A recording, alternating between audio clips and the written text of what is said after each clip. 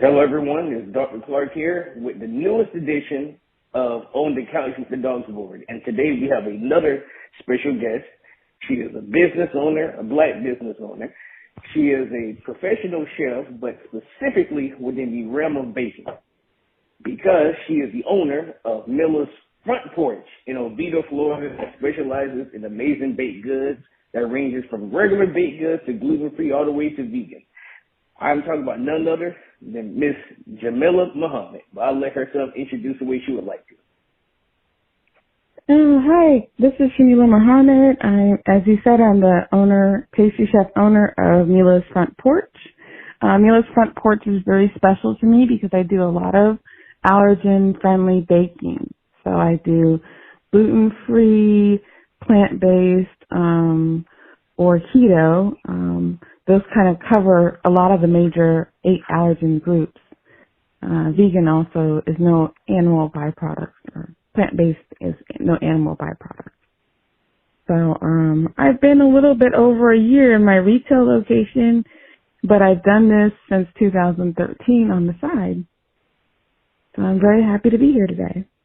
Excellent.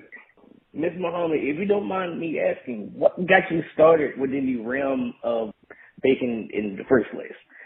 So I've always been very intrigued by baking. My grandmother used to be a baker, and I have family members that baked when we had special occasions, and I just always have attached the idea of desserts to family gatherings and, good times.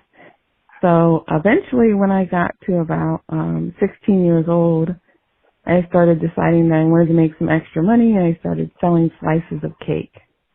So I did it at a barber shop locally, and so I kind of played around with the idea of it. But then when I went away to school, I never really, at 18 when I went to college, I never really did it again. And then in 2011, I decided that I wanted to go back to school after some personal issues in my life, and I went back to school for baking and pastry management. So that's where I kind of fell into love again with baking and pastry. That is amazing. That is amazing. So, specifically, how did you come up with the idea of Mila's Front Porch? Oh, Mila's Front Porch evolved from, I was at one point, in 2013 when I started my business, I was Three Girls Bakery because I have 3 daughters, and I have been raising my daughters since 2013 alone. So eventually when I decided to do this full time in 2020, I had a business consultant tell me, hey, there's quite a few of Three Girls Bakeries already out there. And if you ever want to take this to a national level or a higher level, you may have somebody, say, hey, this is my name or this is my claim. So I've always done a Facebook page under Mila's Front Porch to kind of educate people about allergies and the ingredients that I use and things like that. So she suggested that I change my name, and I chose to use that because I've already had it established for so long. So, and it's more personal to me. I have daughters that are growing up, but they may not take on the role of being a baker. So Mila's Front Porch evolved from my Facebook page. Well, that is very excellent because I tell you personally, for everyone listening, part of the big reason why I wanted to interview her is because I've actually tasted her work myself, and it was immaculate in terms of how it tastes. And that's the biggest thing when it comes to being a business owner is that, yes, you can make quite a bit of money, but the most important part is you giving a great service. So if you don't mind me asking, how has it been being a Black female business owner, especially within the food industry? So it's challenging. I feel because there are, so let me put it this way. There's not very many classically trained pastry chefs in general. So at the same time, there's not very many classically trained Black female pastry chefs. So when I was working at Disney, that was one of my first jobs as a pastry cook. Erica Davis, that was on Top Chef Just Desserts, was one of the guest chefs that we had during Food and Wine. So I immediately wanted to see her. So I went through the process of trying to, meet her and connect with her as a mentor. So, like I said, we're kind of unicorns in the industry. It's, you do see a lot of, black bakers, but a lot of us aren't classically trained. So that's one of the things, and very, very, very few of us do, what I do as far as allergens and things like that. So I try to make sure that especially from having my first major job at Disney, in a kitchen, I try to do the same thing that I learned at Disney, is to exceed expectations, to have standard recipes, to make sure that I am providing a service that I would value as well. So those are some of the things that are challenges for black female pastry chefs or black female business owners. That's well said. But now, as you mentioned, you worked at Disney prior. We actually interviewed a previous professional chef by the name of Chef Marvin Mizell. And working in the kitchen, specifically because you worked at a big brand known such as Disney, what has been some of the hardest struggles working there, like the hours and everything of that nature? Oh, wow. So when I worked at Disney, I worked in park event operations, which was the catering part of Disney that they had at one point before COVID. I think since then it's kind of been broken down to another area. But however, I quit before. I was not quit, but I moved on before in 2015 or so. So I worked from 2012 to 2015 at Disney. So refocused, working in a bigger place provided me a lot of accurate training. However, you had to overcome some of the other issues, which I had at one point people saying, I was only a pastry cook one because of, me being a black female. And that I only got located at my location because I was a black female and there wasn't any others. However, when I kind of talked to other cast members that were, had worked at Disney many years, 30, 40 years, that were black males that had worked in the kitchen, they were like, look, if that's what was needed to happen, that's how you got in, and that you have to show people that you're worthy of being there. So that's what I've always done after that point. I've always just refocused and made myself in a position where I showed that I'm exceeding expectations and that I'm doing different things that show that I am worthy of where I'm at. Yes, ma'am. That's, because I have to say this again. Due to how good your work is, I can tell you put quite a bit of work into the quality of it. Mm-hmm. So, with that being said, though, what has been some of, I hate to ask you, some of the negative parts of you owning your own business, especially in the Oviedo Mall? Mm-hmm. I think the negative parts are people treating it as if it was a hobby, that that I'm not professionally trained, that this is one of those things, you make cupcakes, they don't realize that I have a Serve Safe certification. I've held the Serve Safe certification. This is my second certificate on the Serve Safe certification. I've had it for, my next one expires in 2024. The Serve Safe manager certification is a process to get. They don't realize I have a degree, in baking and pastry management. They don't realize that you have to go through a process of, getting a kitchen inspected. It's not just like you can bake stuff at home and bring it into into a retail location. I mean, when I first got there, I got a lot of, good luck, or did you research? Did you look at, cause the mall is dead, type thing.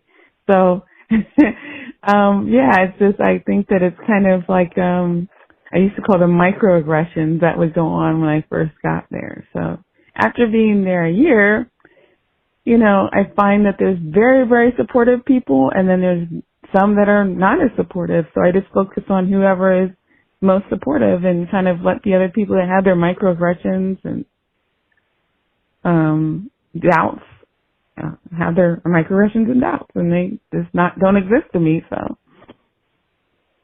Well, that is a great way to look at things. But speaking of that, how would you say, concerning, let's say, your loved ones, your family, your friends, how much they have supported you on your endeavor? So I will say this. I've had people that, when I first was doing farmers markets. Now, farmers markets are kind of interesting because you can make stuff and think that you're going to get so many people to buy it. And some weeks you do very well. You know, you sell out, you know, you're feeling like the top of the world.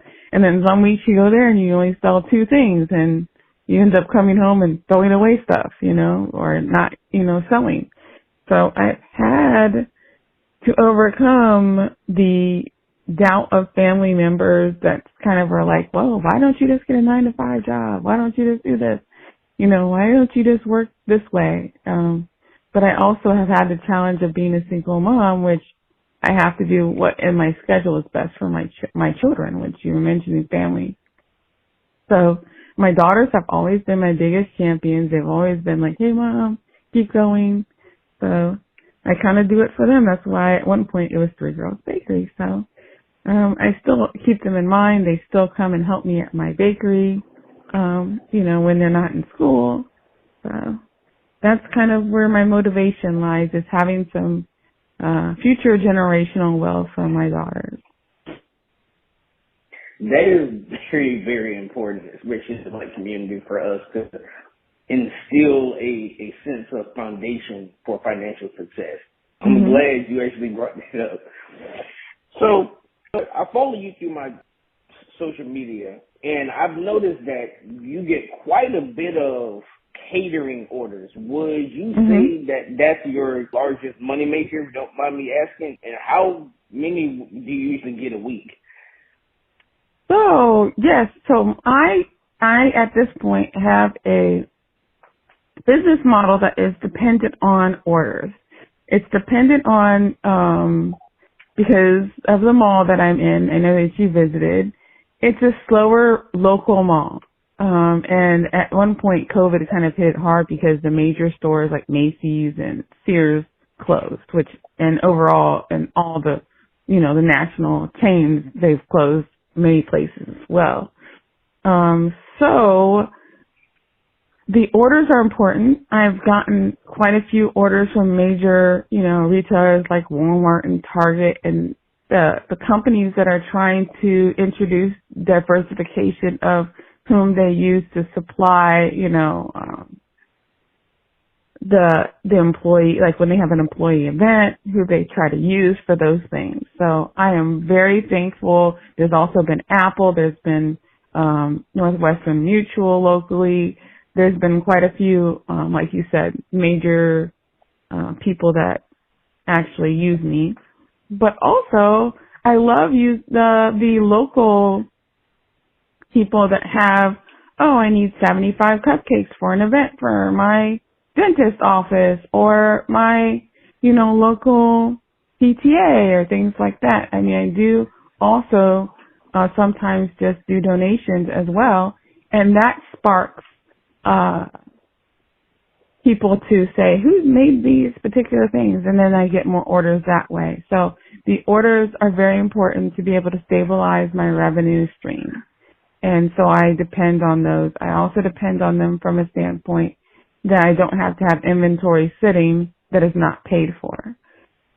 And also that's one of those things that I would eventually love to be able to mentor other businesses on, you know, how to have steady revenue, how to be able to make sure that you are successful, not just from a standpoint of making good items, but from a standpoint of structuring yourself well to be successful. That is excellent. So, with that actually being said, what has been your largest order, your largest catering order? Oh, my largest order was this last February for Walmart. I did 1,500 cupcakes for them, so 700 one day 800 another day, and they were celebrating their location, their warehouse, distribution warehouse that they had in Davenport, but they were also celebrating Black History Month. So they were trying to find a person that was capable of making this amount of cupcakes.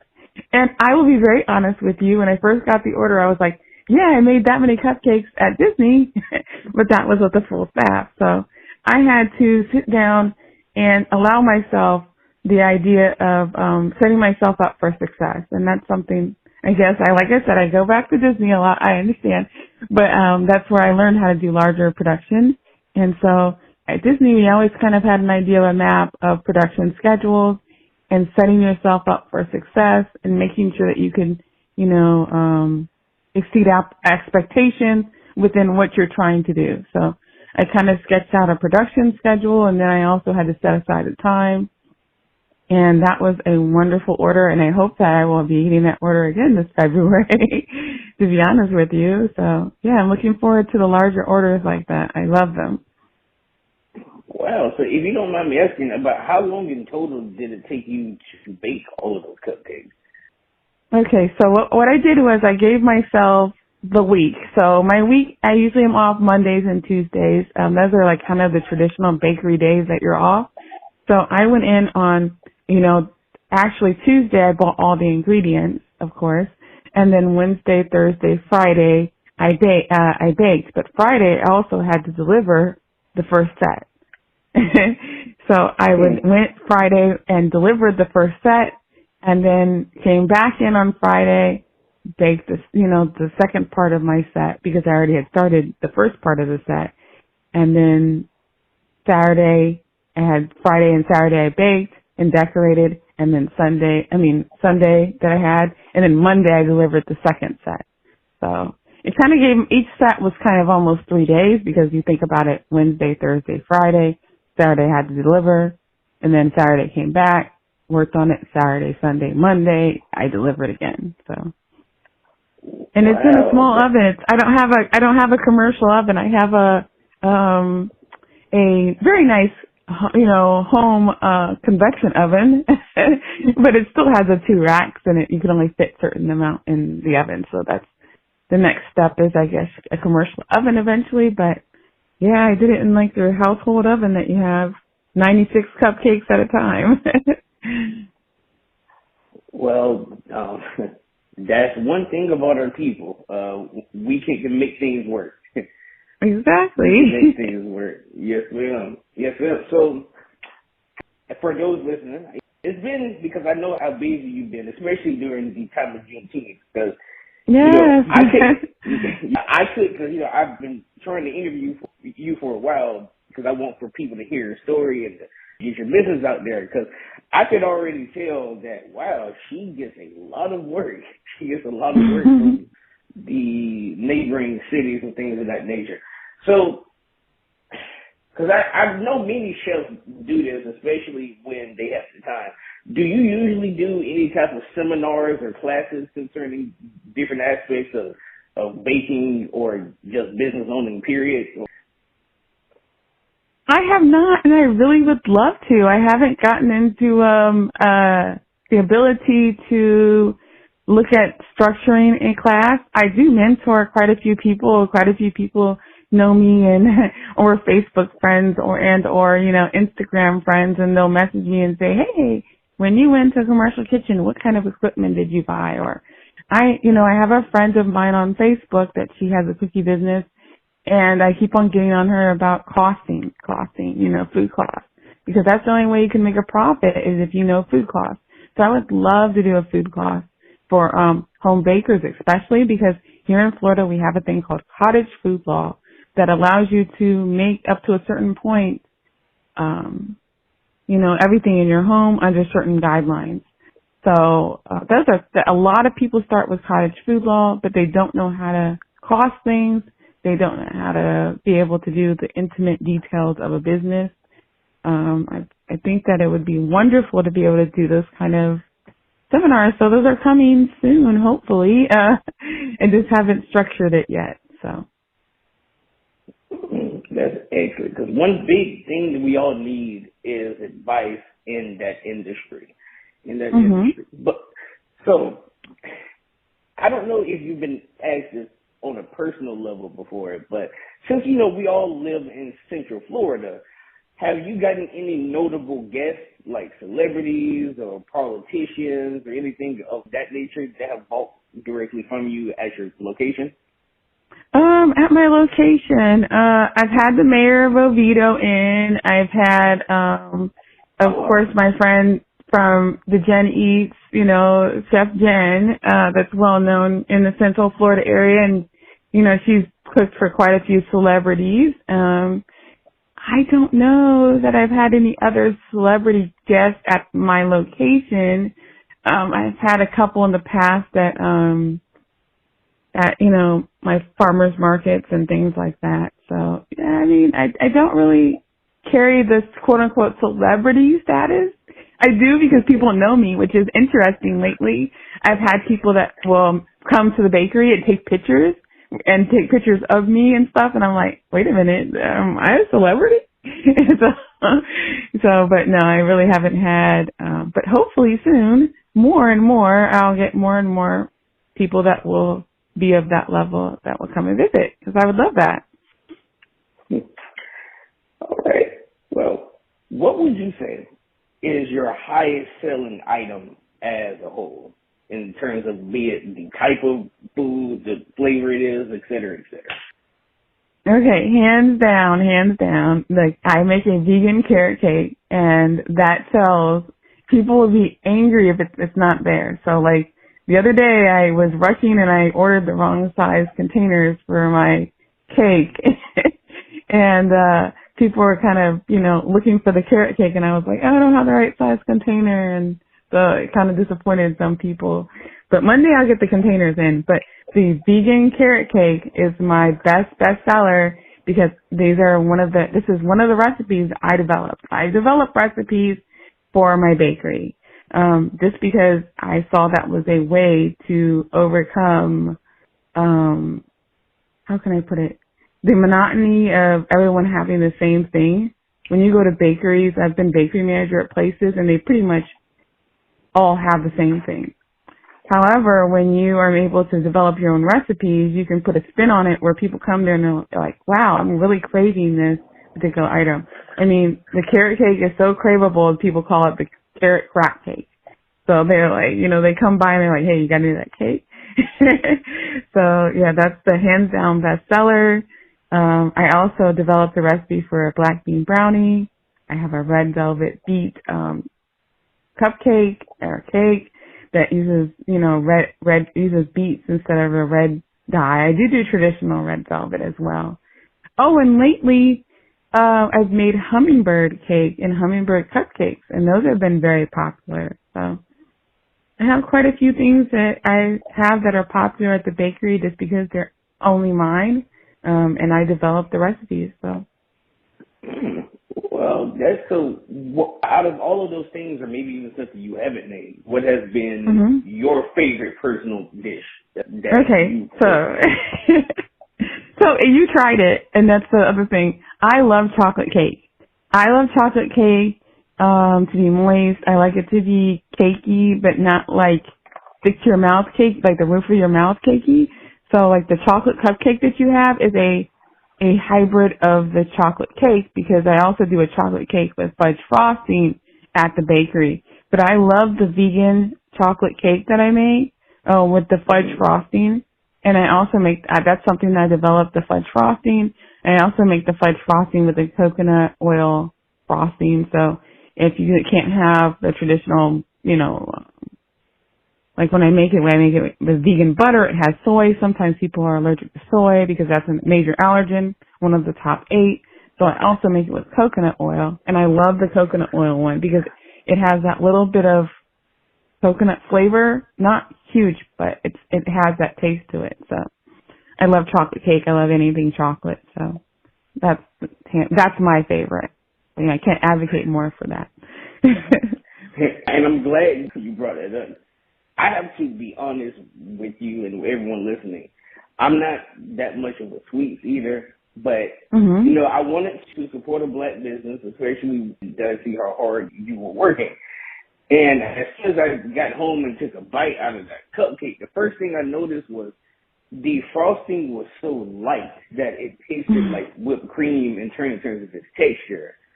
And then I bit into the actual cake part of the cupcake, and it was so spongy and airy. I was like, this is amazing. This tastes like something you would go to Maggiano's or a nice expensive restaurant and buy. That's how good it tasted. So, Thank you. I appreciate that. You are very, very welcome. So now we're entering into the closing of our interview. And one of the last things I would like to ask you is, what advice that you would give to aspiring chefs, business owners, and basically people who are working in the health industry, especially during this pandemic? Because I know things have changed completely for most people, if not everyone. So I have several pieces of advice. Consistency. So in the beginning, when I went back to school in 2011, I joked and told people that I was going to get a job at Disney. I had no kitchen experience. So I told people I was going to get a job at Disney. And when I went to apply for Disney, they said that you had to have so many years of experience or so much experience. I shouldn't say years, but so much experience. I had none.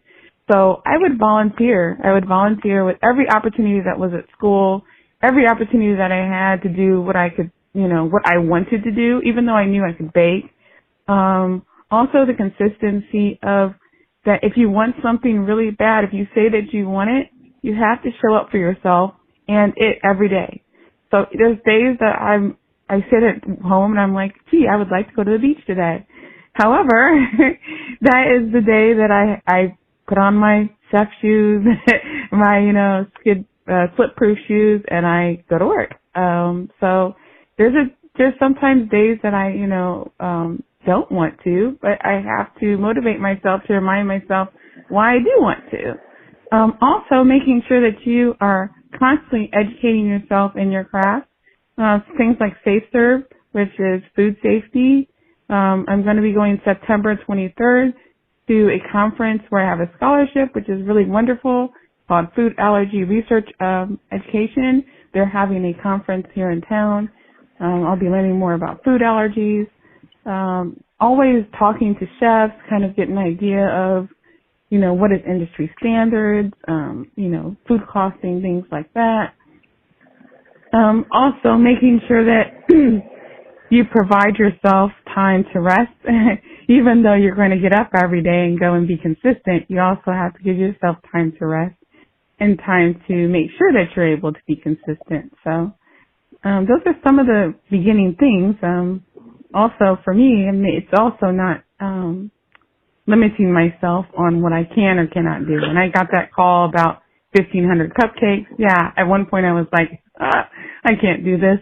And then sitting down and making a plan elevated myself to the point where I was able to do it. So those things are very important. Well, thank you, ma'am.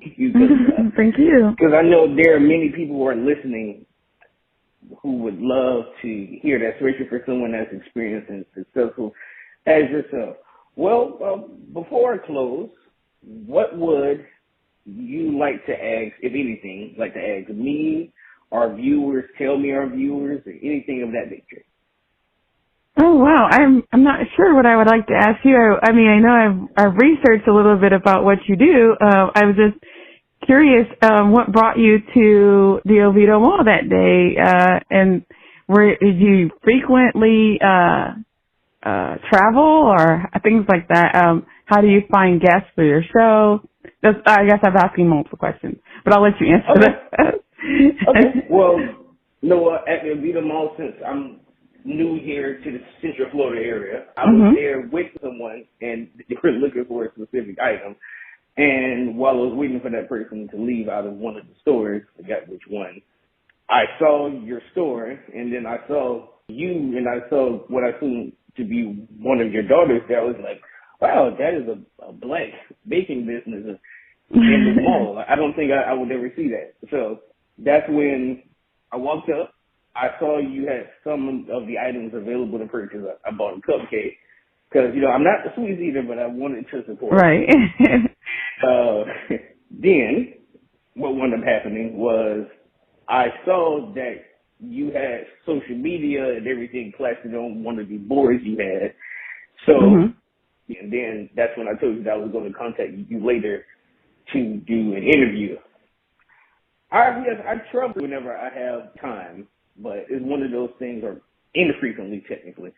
And then 3, the guests on my show, I always look into people that have stories or people that would have to offer anything in terms of advice or just overall knowledge. I've interviewed people like, I told you, a previous professional chef, Mr. Marvin Mizell. He actually worked at the Masters in Florida, or here in Florida, before. He's cooked directly for Tiger Woods and other celebrities and former NBA players. And I think one of his people actually met and cooked for was Anthony Anderson, from Blackish and Law and Order. Right. So he did that. I interviewed, the now deceased, God rest the dead, Rocky Johnson, the father of The Rock, a few years ago. And I've even interviewed people such as Smiley K, who she is a young black female rapper. So I always look for different things and that the person can tell, and also look for people who we could potentially make this a regular thing or cooperate on other things from a business standpoint. Because I always say business is business and personal life is personal life, but you usually do the best business with people that you can see yourself maybe doing different types of businesses with, or maybe even conferring to as a friend. So that's one thing I look for as well. Okay. Yeah. But do you have anything else to ask me or to say to the viewers? Oh, I'd love to be able to tell them that to believe in your dreams and never give up, and also that there are people out there that want to help you achieve your dreams. And if you meet someone, definitely try to approach them to help you get to where you want to be. I've had so many opportunities where I've picked people's brains and we're able to I don't know what the word is, benefit, I guess, for lack of a better word, from, being able to ask people questions and get an idea of what I could better do. Because that's something that you always have to keep on doing is, like I said, consistently growing and kind of knowing that you're learning from where you're going in life. So that's all I'd like to say. Yes, ma'am. Well, I would love to have you on in the future, be it as an interview or even as a podcast guest. Because there would be, yes, ma'am. Well, with that being said, everyone, thank you all for listening. If you all support this, please go to each of our social media. But speaking of that, could you tell them the different places they can follow you at online? Of course. It's Mila's Front Porch, MILAS Front Porch. I'm on Instagram. I'm on Facebook. I have a lot more events posted. Instagram doesn't garner me the opportunity to post events, so Facebook is a great place for that. I also have my own website, which is milasfrontporch.com, and my email is chefmila@milasfrontporch.com. So those are great ways to reach me and find out what I'm doing. And I am very excited about the FAIR Food Allergy Research Education Convention that I'll be doing September 23rd. So I'll be doing a lot of social media around that and kind of letting you all see my process about developing recipes. So that'll be fun. Yes, you heard everyone. Please follow her because she has very, very, very, very good advice on her social media columns, and you see the different things she concocts and creates.